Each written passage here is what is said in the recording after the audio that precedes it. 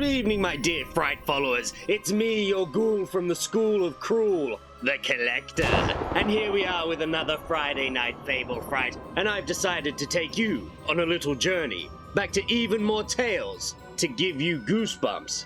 Even More Tales to Give You Goosebumps is written by R.L. Stine and is an Apple paperback first published in 1996 by Scholastic. And the story that I have chosen for you all tonight is Home, Sweet Home. Shall we begin? Sharon! My little sister screamed. Sharon! It always makes Alice nuts when I fool around with her dollhouse. That's why I keep doing it. I just can't resist. It's bad enough to be 12 and still sharing a room with my little sister, but that dollhouse takes up way too much space. Alice is always playing with it. She has a family of dolls that are the exact right size for the tiny furniture. They even have names. Shauna and Bill, the mum and dad dolls, and Timmy and Tony, the kids. They all have plastic hair. Sharon! I strolled down the hall to our room. Alice knelt in front of the dollhouse, putting everything back the way it had been. You called? I asked. She glared at me over her shoulder. You changed the furniture all around again. So? And you stuck Shauna upside down in the sink. Give it a break, Alice. Shauna is a doll, and in case you hadn't noticed, that's a fake sink. It's not like it's going to mess up her hair or anything. You are so mean. I made a face. Get a life. Normal 9-year-olds don't spend all their time playing with stupid dollhouses. It isn't stupid, she shouted. It's so. She stuck out her bottom lip and pouted. I felt bad. Well, a little anyway. Look, I'm sorry, okay? I muttered. I flopped down on my bed. Alice didn't say anything for a while. Then she set the roof back on the dollhouse and stood up. Sharon? Yeah? Want to ride over to a garage sale with me? Don't you have any friends? I asked. Oh, none of them can go. Besides, it's on East Bay Street and none of us are allowed to go that far by ourselves. Please, she begged.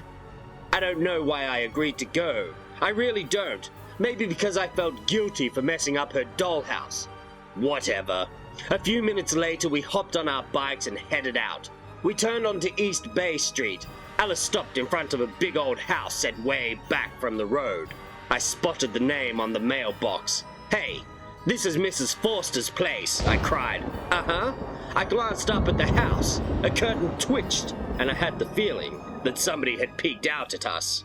Mrs. Forster is really strange, I told Alice. At least that's what I've heard. Some kids told me she has weird powers. They said she can change herself into animals. No way, exclaimed Alice. I saw her one time, I insisted. She's totally scary. She's got big black eyes that glare right through you. Her hair is as black as her eyes, with a streak of white right down the middle that looks like a lightning bolt. Alice stuck her tongue out at me. What's the matter, Sharon? Scared? That got me. Of course I'm not scared. So come on. She started pedaling up the long gravel driveway. I followed slowly. I didn't want to be there. Mrs. Forster did scare me. But no way was I going to look lame in front of my little sister. Alice stopped in front of the garage. 2 long tables had been set up to hold the stuff Mrs. Forster wanted to sell. But nobody else was there. Not even to take the money. How come no one is around, I asked. Alice shrugged. Or maybe she's gone to lunch or something. I turned to stare at the house. The window seemed to stare back like black rectangular eyes. I guess we'd better go. Not yet, Alice pointed toward the nearest table. There's a sign. It says, leave payment on the table. Too weird, I muttered. Well, I'm going to look, Alice replied. She dove in. I mean, this stuff was heaven for Alice, and I knew exactly what she was looking for. You don't really think Mrs. Forster is going to have dollhouse furniture, do you? I teased. Even if she doesn't, maybe she's selling some lace or something I can use to make curtains. She's got some really old stuff here and, hey! Alice cried. Look! She picked up a tiny object from the table and held it up. It's a little doll lamp. Well, let's see. I ran my finger along the shade. It felt cool and grainy, like a frog's skin. A shiver went up my spine. Yuck, I exclaimed. It's perfect for my living room, Alice protested. And she only wants $2 for it. Exactly what I brought. She set the money on the table and tucked the lamp into her pocket. Aren't you going to buy anything? No way. I didn't want anything that creepy woman owned. But I didn't want Alice to know how frightened I was, so I started poking through the pile of stuff on the far table. A big china bowl caught my eye. I thought it was kind of pretty, so I picked it up. Be careful with that, Alice warned. A huge, hairy spider crawled over the rim of the bowl. It scuttled over my hand. I screamed and flung the bowl away from me. It shattered into 1,000 pieces across the concrete. Sharon, look what you did, Alice gasped. I hate spiders, I cried. Hate them, hate them, hate them. I gazed up at the house. A woman stood at one of the upstairs windows, staring down at me. I could see the stripe of pale hair glinting in the sunlight. Mrs. Forster. I panicked. Let's get out of here, I cried. We grabbed our bikes and rode like crazy down the drive. I glanced over my shoulder. Mrs. Forster remained at the window, glaring at me with her round, black eyes. We didn't stop until we reached home. Alice ran upstairs with the lamp. I guess she forgot all about Mrs. Forster once she returned to her weird little dollhouse world. But I didn't.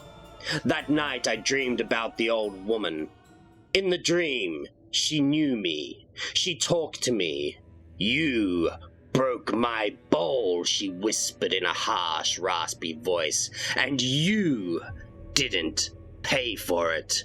But you will pay, Sharon. I promise. Now you are my problem, and I always take care of my problems.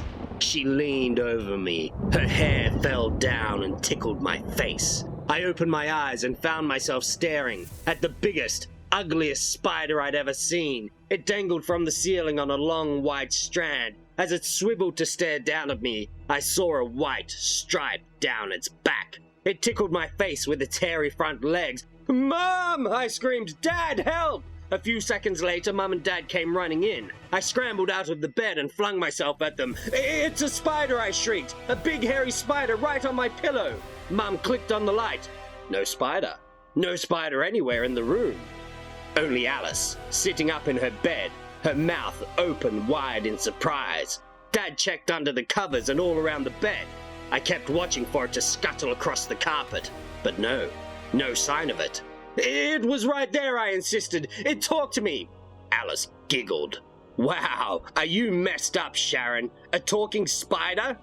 I forced a laugh too. It was really silly, wasn't it? The next day I rode my bike over to a friend's house. I stayed longer than I had meant to. When I realized how late it was, I jumped on my bike and raced home.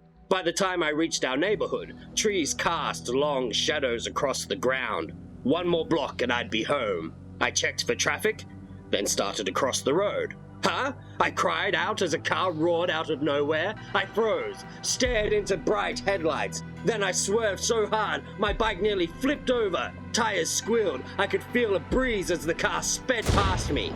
My legs started to shake, so I got off my bike and sat down on the curb. Wow, a close one. I couldn't understand where that car had come from. I'd looked both ways after all. A faint, scrabbling sound floated up from the storm sewer beside me. I peered into the dark opening. I couldn't see anything at first.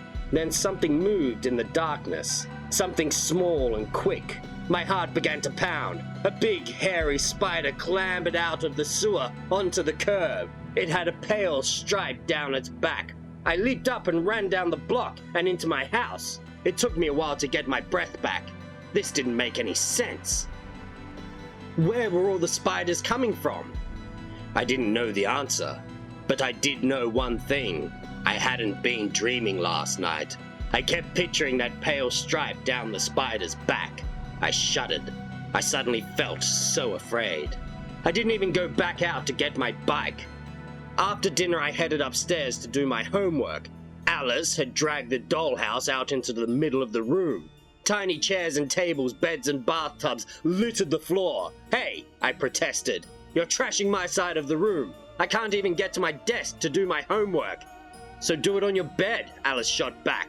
I started to my bed and heard a crunch. Oh, I gazed down and saw that I had stepped on one of the dolls. Shauna. Her hand had broken off. Alice instantly burst into tears. Look what you did, she wailed. It was an accident, I cried. I didn't mean to. You did. You hate my dollhouse and you hate Shauna. That's why you always stick her head in the sink. And that's why you stepped on her. Sobbing, she grabbed the broken doll and ran out of the room with a sigh. I flopped down on my bed. Stupid dollhouse. I glanced up. My breath stopped. No. The spider. The spider with the white stripe. It clung to the ceiling with its thick, hairy legs. If it let go, it would land on my face. I shrieked and rolled out of the bed. When I glanced up, the spider was gone. For the next couple of days, Alice wouldn't even talk to me. She walked past me as if I were invisible. Just before dinner on Friday, I caught up with her in the hall. Alice, listen, I pleaded. I'm sorry about Shauna.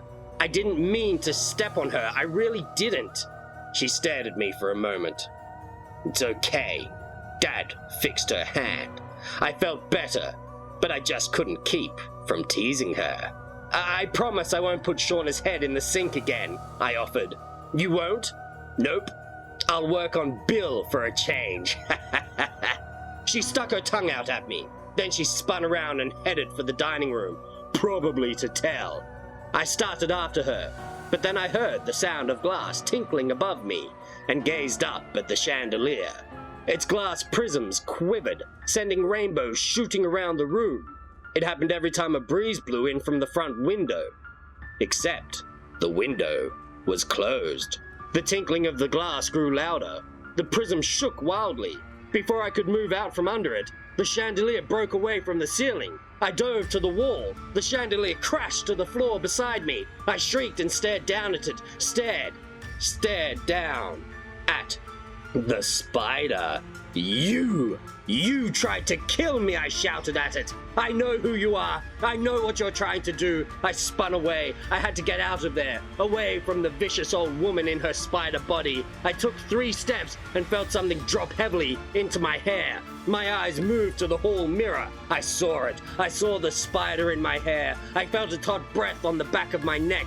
Felt its hairy legs slide through my hair, over my scalp. No! With a cry of horror, I pulled at it with both hands, but it clung tightly to my hair. Clung so tight, I screamed again. Couldn't anyone hear me? I ran into my room. Alice, help me, help! She wasn't there. And then I felt the spider legs, the points, the sharp points digging into my scalp, digging into my head, into my brain. No! Over my scream, I heard dry laughter. You are a tiny problem, the spider rasped, so close to my ear. The pain shot through my head, through my whole body. You are a tiny problem. Was the spider growing bigger? I felt its hot, spongy body press against my back. Was it bigger now? No, it wasn't bigger. I was smaller. I was shrinking fast. Standing in the shadow of the hideous spider that still clung to me, still drilled its forearms into my scalp. I have my revenge, the old woman's spider voice rasped in my ear. You are a tiny problem now. No! With another cry of horror, I broke free and ran into the dollhouse, hid inside the dollhouse. I was as tiny as a doll. I could hide there. I would be safe. My life now? It isn't as bad as it sounds. Alice has fixed up the dollhouse really nice. I'm comfortable inside it. My room is really great. She even put in a little color TV. I feel very safe and protected. I just have one big problem. Alice. Here she comes now. Hey, put me down. I mean it, Alice, put me down. Why does she think it's so funny to stick my head in the sink? Well, there you go, kids. Now a little bit of trivia for you. Even though Mrs. Forster makes her debut appearance in a short story, it's not the last time we see of her. She can be found walking Fifi the Vampire Poodle in the Goosebumps video game, and she's also referenced in the Goosebumps comic book, Horrors of the Witch House, being tagged in this Twitter-looking app for witches. Twitcher? Thanks so much for tuning in, my dear Fright Followers. Don't forget to head on over to Instagram and follow me on @OldPalCollector for more collectory goodness. And now, until we creep again, good night out there, whatever you are.